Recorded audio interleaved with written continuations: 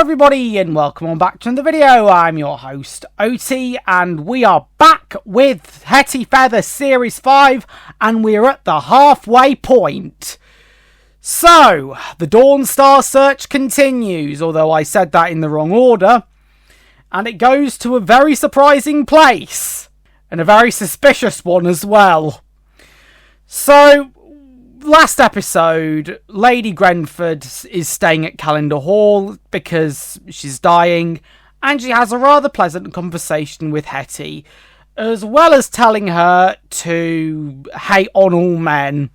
And throughout the episode, she can't pluck up the courage to tell Jack, which I would count as gaslighting, simply because it's emotional manipulation in a way. Also in the last episode, Edwin rode a horse and fell off. But by doing this, coincidentally, they managed to find the star symbol under the folly, which was similar to the one in the Ambry. So they're under the impression that the Dawn Star could be buried under the folly, which they're going to try and dig up in this episode. Flo has also got her hands on the strings in a way, because she's being all nice with Agnes, but with Lizzie, however, it's a completely different story. Now, this is because Lizzie managed to investigate the hood, and she was caught. Now, she tried to cover her tracks, but sadly that didn't work out, as we will find out in this episode. Oh, and also, Edwin rides a horse as well, and Ashok is completely based. So, let's begin on Series 5, Episode 5. Hetty's monologue is mainly concerned about the Dawn Star and whether it's buried under the folly, as everyone sits down for breakfast. But Hetty's also worried about telling Jack that he's not going to New York with her, as Flo offers seconds to everyone else, which Gideon refuses as he is very enthusiastic about working. Lady Grenford's bell rings, which Hetty will attend to. Jack and Gideon then leave and are warned by Lizzie quietly to be careful, as the monologue mentions that everyone is good at keeping secrets, as Lizzie is given her breakfast last. After the title sequence, which still hasn't updated the ending shot, Ambrose and Flo notice that the staff were quick to leave. However, Lizzie was caught nosing around Ambrose's The Hood, and he wasn't told about this. So she must be dealt with before anyone else can cipher the parchment. Constance sees Edwin and co going out and wants to join them. However, Ashok blows their cover by not wanting her to partake in what they're doing, and gets instantly roasted. According to Rosamond, the Dawn Star doesn't exist. So she must be watching the BBC then. Ambrose then comes along asking if they're going hunting, and the boys say two separate things. Edwin's tutor is apparently coming, and Lady Grenford wishes to see Ashok, and Constance needs to go to her nursery maid. So wait, if Edwin's tutor's coming, does that mean Fake News Charlie's coming back? Because your search for the Dawn Star is either going to be simplified or made more complicated. Hello, calendars! It is I, Rosamond's firstborn son, Fake News Charlie. So, what am I interrupting? I've heard lots of things about something called the Dawn Star. Oh, spiffingly fantastic! We're going on a treasure hunt! Yay! I wonder if I'll discover any more secrets. Oh, and Lady Grenford's back! Oh, shit! Elsewhere, as Agnes talks about glacé cherries, Lizzie brings in the bay leaves and offers to get some herbs. But Flo prevents that from happening verbally by saying that she can ask Jack to get some. Yeah, bringing in the bay leaves sounds more like bringing in the bailiffs. I demand to know what's going on this instant! Come on, don't make this hard for yourself. You haven't been paying your taxes, therefore you're being thrown out. What? Under whose orders? Keir Starmer's. What's going to happen to Calendar Hall? My husband's away. Oh, well, they'll be coming back to find some How do I put this nicely? New residents. At the folly, Jack and co begin to dig in hopes that they're going to find the Dawn Star. Back in Grenford's quarters, she seems to be much better as she tries to tell Ashok how to be a man. However, he has an important matter to attend to, but she tells him to sit and thinks that a lady always gets what she wants. Right. I mean, she's not wrong at the same time as well, because, I mean, you ladies said that you didn't need no man, and we left you to it. Anywho, she wants to hear about Ashok's past, as this, according to her, will be an education for them all. Back outside, Flo stops Jack from digging to inform him that the herbs are running low. His alibi is that he's burying a dead fox and that he will be getting the herbs very shortly. Lizzie takes this opportunity, though, to investigate and go back to the hood. She hears her name being called and hides under the table as she grabs the parchment. She starts to draw the symbols on another sheet of paper and hides the original under the table. Flo then comes by knowing that she's got the paper, takes it from her and orders her to get back to peeling. And then a very bored Hetty hears Lady Grenford being told about the Taj Mahal. Back in the kitchen, Lizzie is sent to get some apples from the cellar, so we go down there immediately, and as she gets the apples, she's locked in. Yeah, because there's nothing suspicious about that, is there? Ashok then explains about 100 elephants and random jewels as Ambrose walks in offering refreshments. So Gideon is sent out. Hetty tries to join him, but she needs to stay.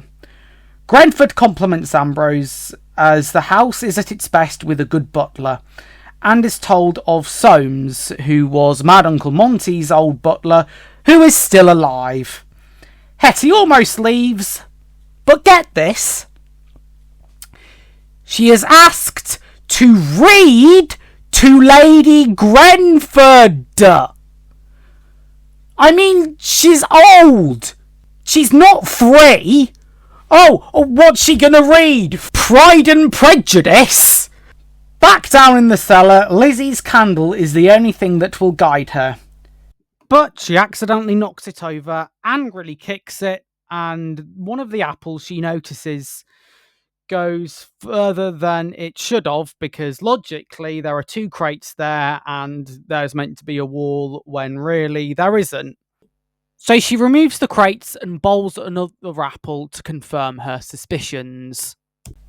Meanwhile, Lady Grenford is being read a love story, and she requests a more animated story after not liking it. So Hetty moves on to reading a fact about Queen Victoria and her Indian footman talking in Hindi, which prompts Grenford to ask for Ashok's help. Back to Lizzie now, who walks cautiously down the hall of the cellar, and this is a really narrow part of the cellar. The team assemble at the folly without Hetty, as Jack has not found anything yet. Gideon thinks that Ashok shouldn't be digging, but he's met with a stare and told to get back to work. Back to Lizzie now! She goes to the end of the corridor and just gives up. Back outside, Hetty fetches Ashok, who is warned not to ignore Lady Grenford, but he thinks that they are nearly there, so they try and move the statue, which Lizzie hears. After finding almost nothing, the team feel like giving up. So Ashok decides to leave, followed by Gideon, and then not long after Hetty, after being uncomfortably comforted by Jack. Back to Agnes, who now decides to whittle about where Lizzie is, and Flo tries to convince her that she's scything. So Ashok then manages to attend to Lady Grenford, who wishes to learn Hindi, which is not a simple language. She dismisses Hetty and Gideon. We find out that her reason for learning is that she's concerned for Ashok after what Mad Uncle Monty did to his family, and wants to make up for it. Lizzie still hasn't shown, to the surprising question of Ambrose, and Flo uses her cover story from earlier in the episode. She is sent to refill the cruets, which are also the pots for salt and pepper, and Ambrose follows her out. He's then informed about Lizzie finding the parchment and that she's locked in the cellar, which enrages him. However, he turns nice again, telling her to let her out. So Lizzie hears the door open from a mile away. She is about to move when she uncovers the symbol of the Dawn Star that's cropped up over the last few episodes. She meets Flo in the darkness and is warned that she will be in far worse trouble if she goes into the hood again. Ashok shows Lady Grenford how to say hello in Hindi. She also requests to be shown how to spell star. A bit concerning, isn't it? Hetty listens in, and as Constance is also there, she is assigned to spy on Lady Grenford while she goes somewhere. So Constance accepts the assignment. Lady Grenford is now fixated on the Dawn Star. Her and Ashok discuss that Monty probably hid the Dawn Star to protect others, as he knew that it was cursed. And Ashok almost tells her where the clues are until he spots Constance and chases her out. So Lizzie returns to the scullery and Agnes asks her adopted sister if she's really scything, and she quietly nods her head. Gideon, however, is a trustworthy friend, so she tells him what happened and what she saw, including the mark on the floor. Also, back in Lady Grenford's room, Rosamund finally turns up because she's been absent for the majority of the episode, and says that she's seen a room for her to live in Brighton, like the seaside town in Sapphire Battersea. Lady Grenford starts to cough and passes out on the sofa. Meanwhile, Constance reports her observations to Hetty and that she was also chased out. After she goes, Gideon comes in asking what all the noise was about, which was Grenford passing out to the smelling salt, which... yeah, how did she get the smelling salt again? And how did she even get her to go to sleep while she was talking? Oh, did you know, Ashok, that I'm really interested in learning what's going on? Hold on. Hetty, what on earth is in that bottle? Oh, nothing, Lady Grenford. Just you keep gobholing. Oh, okay. So, I actually think that you know, blah, blah, blah, blah, blah, blah, blah, blah. Something smells lavendery. He tells her that Lizzie has found another clue and they'll meet down there at midnight with Jack. Which reminds him that she needs to tell him that he's not invited to New York. So they will meet beforehand. So now that time has come. Jack desires to get a job in Central Park. But his dreams are put on ice, as Hetty tells him that she didn't really suggest that he came to New York with him and that he belongs at Calendar Hall. And quite rightly makes a point about others not mattering as long as Hetty gets what Hetty wants. So Lizzie then comes down after that awkward conversation and they all go down to the cellar. Hetty and Jack, however, have a tense look between them. Ashok is also not present because Hetty thinks that he could have accidentally told Lady Grenford, and Agnes can't come because she shares a room with Flo, which leads Lizzie to tell them that she was locked down here and her actions in the previous episodes. So they are led to the star symbol on the floor, and as she sees dirt, they conclude that they are under the folly. She tells them about the parchment in Ambrose's possession, which leads them to the conclusion that he found the ambry first. And in the end, Hetty decides that there's nothing to be done tonight, and that she'll have a cunning plan tomorrow, Mr. B. The closing monologue recounts that the Dawn Star curse could be real, and if they returned it to its rightful owner, they'll break it. We see Ambrose and Flo doing some ciphering, and as the monologue talks of others wanting the Dawn Star, a third party has now entered the race. Lady Grenford, as Hetty worries about it falling into the wrong hands. So now we have three parties looking for a jewel. And I'm surprised that Fake News Charlie hasn't heard of it. There's a jewel? Oh, I must have that for myself. I have to do something that'll piss off my ancestors because they're evil colonizers. Well, hello there, folks. I'm the Joker, and I'm looking for the Dawn Star. Oh, and this is my friend Harley Quinn. She'll make sure to take good care of you all. You bet, Mr. J. Now, I have to find that jewel. Oh, and if anyone sees a guy dressed up as a bat, then kindly send him my way. It is I, the Scarecrow, and I'm going to take the Dawn Star so I can use it for my own gain. Hello, I'm Thanos, and I'm looking for the Dawn Star, which is actually an Infinity Stone. We are the Cybermen. We are also looking for the Dawn Star, because we are going to use it against the Doctor.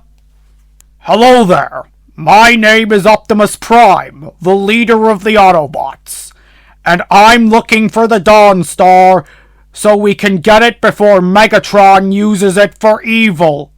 Wait, what the hell are all you guys doing here? Hello everyone, I'm Lucian from The Next Step. And because the next step, I didn't manage to buy the next step for $1 billion and destroy it with a giant laser, I've decided to rob the Dawn Star instead so I can gift it to the next step and hopefully they'll have lots of misfortunes. Look, guys, it's Canada, okay? It's a complete shithole and, you know.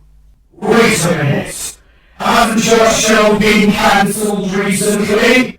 I don't want to say cancelled, you know. I mean more to say stopped everything altogether. Why? Because it was boring as hell? Trust me, Lucy, if you want a real party, then I should have been invited. I sure as hell would have cleared the studio very quickly. I'd have made them laugh until they cry. And I'd make them afraid. Hell, I even know what their worst fears could be. Being misgendered. Now for some thoughts. So basically, Flo didn't do herself much good because she's given Hetty and company the upper hand. Yeah, by locking Lizzie in the cellar, she managed to find that secret hallway, which, to her defence, no one was aware of. And thus she has found another clue to the Dawn Star. I think what really lets this episode down is that Lady Grenford gives Ashok masculinity lessons. Like, a 10-year-old prince doesn't need to be told how to be a man. They honestly could have told a much better story with this. And then, of course, at the end, we have Grenford now entering the race to get the Dawn Star. Part of me knew this had happened, and truly, this could be a demonstration of a leopard can never change its spots. And an individual can change themselves as much as they want to, but inside they will always be that same original person. But they really should have communicated this a lot better. And I think they should have used a much better reason other than, I owe you for what my relative did to your family all those years ago, because I hate my own people. Kind of the problem that Gen Z have with England. I feel like Rosamund should have been in this a lot more because she was only in like one scene, and that was for a few minutes. And then we have Agnes whittling on about her adopted sister. Yeah, I really do think that Lizzie should have told Agnes instead of Gideon. Because, you know, they're family, adopted family. And maybe Agnes could confront Flo about it. Now, when Flo rescues Lizzie from the cellar, you notice that there is a slight tremble in her voice when she says that Ambrose will give her a far worse punishment if she ever goes snooping again. And then this is also demonstrated where Flo tells him about her actions and he snaps at her before turning all nice again. So yeah, I really like how they portray Ambrose as quite the manipulator, but then again, so's nearly every other villain in this show. And then the Hetty and Jack gaslighting. So, I'm calling it gaslighting because that's what it is. Gaslighting is a form of emotional manipulation, and that's just what Hetty did to Jack when she miscommunicated that he wasn't going to New York and didn't really pluck up the courage to tell him. And now look what she's done. She's made it much worse simply because of hurty feelings. Yeah, well, when you're in that situation, feelings are going to be hurt, but you've got to just be honest. So now it's time for the method in the making. In all my life up north, I'd never have thought that a cursed jewel could possibly be buried underneath the statue. And now that bloody Grenford's also snooping around like she thinks she'll be cured. Curses aren't real, love, but I tell you what is real, God. And he's always got your back, no matter what. All that psychic astrology hullabaloo, absolute bloody shite, the stinking lot of it. You say that, but I'm still alive because of a psychic power. Well, that's different, love. No, it isn't. The Force is a power, a spirit, something that is the very construct of the universe, and in a way that not even ChatGPT or Professor Brian Cox could understand. Why are you talking about Professor Brian Cox? The space scientist. A man who thinks that things can only get better, but eventually knows that all things will end. He also believes that this is the best thing that he has ever had. The thing that he has been searching for at last. Can we please get back to talking about the episode? Of course we can. I have no desire to stop you from whittering on about this, whatever this programme may be. I think Lizzie should try being on Korriban or Malachor 5. There she would learn the true lesson of the dark side and take down Flo and Ambrose, claiming the Dwarf Star for herself. She is a mere child, a playful and young soul. You can talk! Anyway, at least she's told Hetty now, and hopefully she'll be dealt with. Right, we know that's probably going to happen in a few episodes' time. I also want to point out that first, you said the Dwarf Star, not the Dawn Star.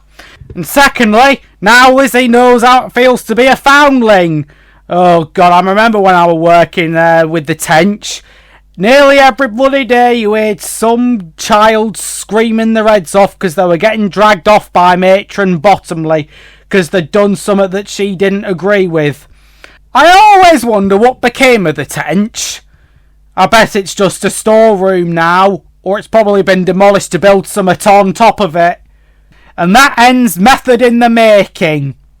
So, yeah, thank you guys very much for watching this episode, and I will see you all later. Ta-ra!